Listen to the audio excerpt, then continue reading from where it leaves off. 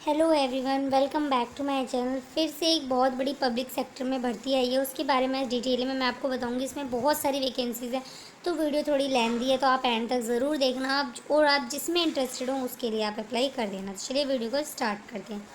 First post है हमारे executive manager और है डिप्टी जनरल मैनेजर की, जो कि मैकेनिकल थर्मल में आती है।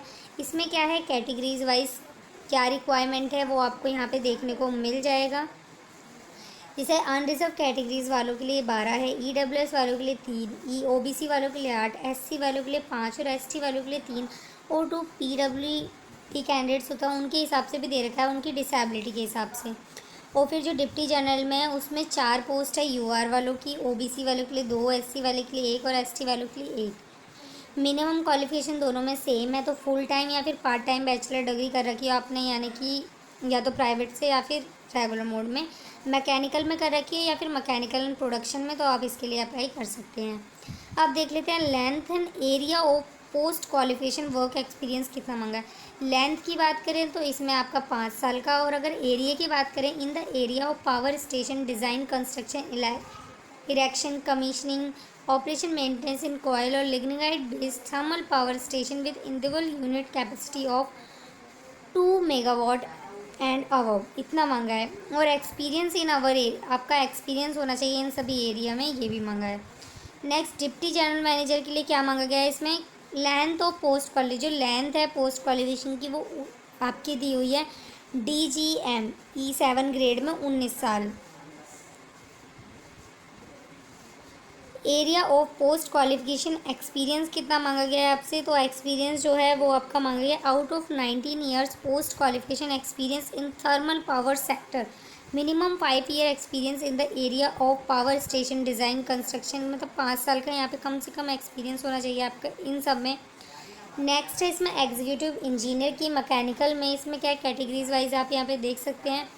या तो आपने फुल टाइम और बैचलर टाइम में, फुल टाइम या part time bachelor degree, same इसमें क्वालिफिकेशन और सेम यहाँ पे आपका एक्सपीरियंस मांगा गया है, वो आप देख सकते हैं। और फिर है मैकेनिकल रिन्यूएबल एनर्जी, इसमें क्या है, डिप्टी जनरल मैनेजर मैकेनिकल की पोस्ट खाली है, जिसमें कि एक है, वो भी ओबीसी कैटेगरीज में, और इसमें सेम वही क्वालिफिकेशन मांगी गई है और एक्सपीरियंस आप यहाँ पे देख सकते हैं। नेक्स्ट है इलेक्ट्रिकल थर्मल, अगर कुछ डाउट हो तो आप मुझसे पूछ सकते हैं। इलेक्ट्रिकल थर्मल में एग्जीक्यूटिव इंजीनियर की है इलेक्ट्रिकल में, कैटेगरीज वाइज आप यहाँ पे देख सकते हैं। डिसेबिलिटी वालों के लिए भी है। इसमें क्या है, फुल टाइम और part time bachelor degree in electrical electronic power engineering किसी में भी कर रखा हो इनमें से, तो आप इसमें अप्लाई कर सकते हैं। एक्सपीरियंस ये रहा। इलेक्ट्रिकल माइंस में भी एग्जीक्यूटिव इंजीनियर, यानी कि सारी की सारी जो भी पोस्ट है सारी बड़ी बड़ी पोस्ट हैं और डिग्री ही मांगी है, यानी कि आपकी बैचलर ही कंप्लीट होनी चाहिए। और इसमें हो जाती है आपकी, एक सेकेंड, इलेक्ट्रिकल माइंस में तो मैंने इलेक्ट्रिकल रिन्यूएबल एनर्जी, इसमें क्या है, जनरल मैनेजर की है, डिप्टी जनरल मैनेजर की है। इसमें एक पोस्ट है जो कि एसटी वालों के लिए रिजर्व है। इसमें 2 पोस्ट है, जो इसमें से कि एक ओबीसी वालों के लिए और एक एससी वालों के लिए रिजर्व है। जो इसमें क्वालिफिकेशन है सेम है, सारी पोस्ट के लिए सेम है, बट कुछ में अलग भी है, उसके बारे में ही बात करेंगे। नेक्स्ट है डिप्टी जनरल मैनेजर सिविल में, इसमें क्या है, 3 पोस्ट है ओबीसी और एससी के लिए। फुल टाइम और part time bachelor degree in civil में करा होना चाहिए आपका, तो इसके लिए अप्लाई कर पाएंगे। एक्सपीरियंस ये रहा। अब सिविल माइंस में, वो थर्मल में था, माइंस में यहाँ पे 20 वैकेंसीज़ हैं। फुल टाइम और पार्ट टाइम बैचलर डिग्री करेगी सिविल एंड सिविल इंजीनियरिंग में, क्वालिफिकेशन आपके सामने है। डिप्टी जनरल मैनेजर की है सेम, इसमें वही है। सिविल सर्विस का देखेंगे तो एग्जीक्यूटिव इंजीनियर डिप्टी जनरल की है, कैटेगरीज वाइज आप यहाँ पे देख सकते हैं। Part time and full time degree in civil engineering structure में चाहिए। नेक्स्ट है कंट्रोल एंड इंस्ट्रूमेंशल थर्मल, यानी कि executive engineer control and instrumentation E4 grade. इसमें क्या है, 13 वैकेंसीज़ हैं और यहाँ पे देख सकते हैं बैचलर ही मांगी गई है, मोस्ट ऑफ द में बैचलर ही मांगी गई है। केमिकल के लिए क्या है आपका, इसमें एग्जीक्यूटिव इंजीनियर की है केमिकल डिपार्टमेंट में, जिसमें कि 9 पोस्ट है और इसमें आपकी डिग्री की ज़रूरत पड़ेगी। डिग्री आपने केमिकल इंजीनियरिंग में की हो तो आपका सिलेक्शन हो जाएगा। और यहाँ पे देख रहे हैं बाकी की और भी चीज़ देखेंगे वो आप देख सकते हैं, यहाँ पे बहुत सारी पोस्ट हैं।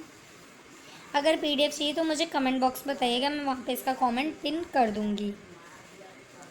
बाकी अदर क्वालिफ़िकेशन जैसे कि हम देख लेते हैं, Documentary proof in support of the candidate's experience in the requirement of area and length of post work experience as per as गोलम, यानी कि जो डॉक्यूमेंट्री प्रूफ होगा जो आपके एक्सपीरियंस का, वो भी आपसे मांगा जाएगा। जैसे कि उन्होंने वहाँ पे दे रखा है कॉलम में ये किस पोस्ट के लिए कितनी होनी चाहिए, वो सभी आपको यहाँ पे प्रूफ दिखाना पड़ेगा कि हाँ आपका इतना एक्सपीरियंस है। Candidate who possess the notified eligibility criteria are only eligible to apply, जो एलिजिबल हों सिर्फ वही अप्लाई करें। All qualification should have been acquired from Indian university, आपके पास जो भी बैचलर डिग्री है वो AICTE से अप्रूव्ड होनी चाहिए, UGC से अप्रूव्ड होना चाहिए, जिस भी कॉलेज जिस भी यूनिवर्सिटी की आपके पास डिग्री है। और फिर देख लेते हैं हम इम्पोर्टेंट पॉइंट्स। यहाँ पे क्या है, ग्रेड का पंगा, सर्कुलर डेट यानी कि एज लिमिट कितनी रहेगी। तो जैसे E8 ग्रेड के लिए जो पोस्ट हैं उसमें क्या है, अपर एज लिमिट आपकी जो एज है 1 जून 2023 के बेस पे काउंट की जाएगी। और अगर आप अनरिजर्व कैंडिडेट्स हैं तो E ग्रेड की जितनी भी पोस्ट है उसमें 54 साल मैक्सिमम एज लिमिट है। OBC वालों के लिए 57 साल, SC वालों के लिए 58 साल और ST वालों के लिए भी 58 साल। ऐसे यहाँ पे दे रखा है किसके लिए कितनी है। Age relaxation from OBC PW degree और एक सर्विसमैन कैंडिडेट इस पर as the government of India guidelines, उनकी गाइडलाइंस के हिसाब से मिलेगा।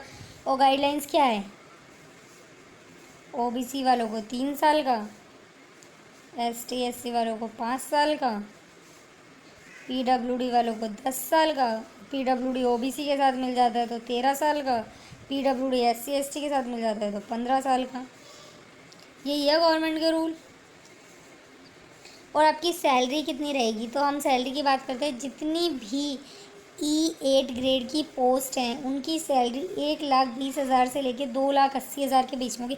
भले इसमें पोस्ट मतलब हाई फाई है, सैलरी भी अच्छी खासी है, बस इसमें बैचलर डिग्री और थोड़ी सी मेहनत की ज़रूरत है। और CTR पर एनम जो है वो 31.53 लाख का आपका हो सकता है। लोअर ग्रेड यहाँ पे दे रखा है। और E7 की पोस्ट के लिए जो सैलरी रहेगी वो रहेगी, जो CTC रहेगा उसका ये रहेगा आपका, एक सेकंड कुछ मिस्टेक हो रही है,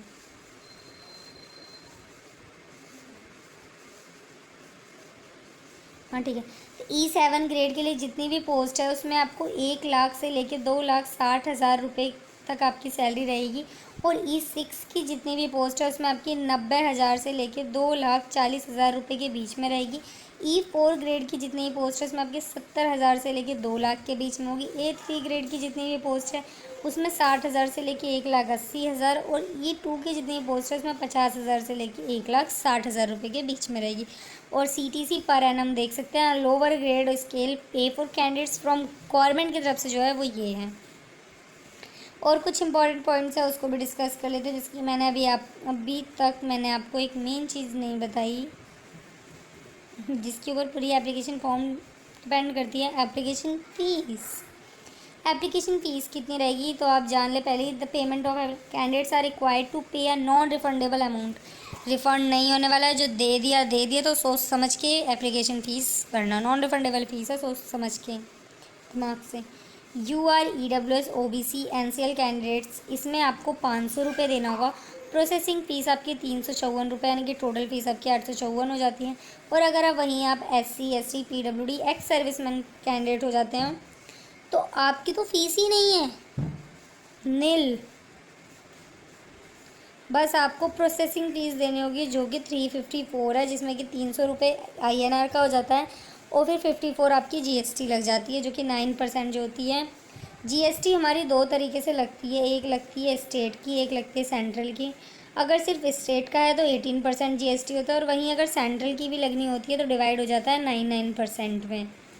तो ऐसे ही आप निकाल सकते हैं। 300 का जो है 54 रुपये कैसे आया, इसमें 18% आप डिस्काउंट करके मतलब देख सकते हैं, वहाँ से आप निकाल सकते हैं कि आपका कितना GST लग गया। नेक्स्ट यहाँ पे हम देखेंगे कि आप फ़ोटोग्राफ वगैरह कैसे अपलोड करेंगे। तो इम्पॉर्टेंट गाइडलाइंस है, उससे पहले कुछ इंपॉर्टेंट चीज़ पीछे ना छूट गई उसे एक बार देख लेते हैं। जल्दबाजी में कुछ इंपॉर्टेंट चीज़ें छूट जाती हैं, तो हमसे कुछ नहीं छूटा है। फ़ोटो आप JPG फॉर्मेट में अपलोड करेंगे। Good quality image candidate signature जो आपको या तो डार्क ब्लू और ब्लैक पेन से करना है वो भी आप JPG फॉर्मेट में अपलोड करेंगे। Date of birth JPG format में या फिर PDF फॉर्मेट। आधार कार्ड PDF और JPG। Proof processing qualification PDF kindly refer para, copy of experience लगा देना, कैंडिडेट्स प्राइवेट सेक्टर में करते हो तो उसका भी अपलोड कर देना, copy of latest pay slip और पे सर्टिफिकेट उसका भी अपलोड कर देना, proof minimum 2 years with lower pay scale उसका भी, copy of community certificate in case of candidates belong to, अगर आप इन सभी कैटेगरी से बिलोंग करते हैं तो कास्ट सर्टिफिकेट चिपका देना, और अगर आप PWD कैंडिडेट्स हैं तो भी लगा देना, एक्स सर्विस मैन है तो भी लगा देना, other candidates if any support, और कोई ऐसे कैंडिडेट जिसमें से कि आपको सपोर्ट करता हो तो वो वाले सर्टिफिकेट भी इसमें टच कर देना। तो यही सब है। आप देख लेते हैं डेट, जो मोस्ट ऑफ द पंगा है इस पूरी वीडियो का मेन जड़ जो है वो है ऑनलाइन रजिस्ट्रेशन डेट स्टार्ट हो चुकी है 5/7 से, और क्लोजिंग डेट है 3/8 यानी कि 3 अगस्त, और लास्ट है ऑनलाइन पेमेंट करने की वही 3 अगस्त। पर आप ये क्या है 5 बजे तक एप्लीकेशन फ़ीस भर सकते हैं, लेकिन फ़ीस आप 12 बजे तक दे सकते हैं, मतलब 11:45 तक आप दे सकते हैं। Last date of online submission of application for candidates who have already registration fees paid within the limit, तो उनके लिए 4 तारीख लास्ट डेट है। तो वीडियो ख़त्म हो गई, चैनल को सब्सक्राइब कर देना प्लीज़।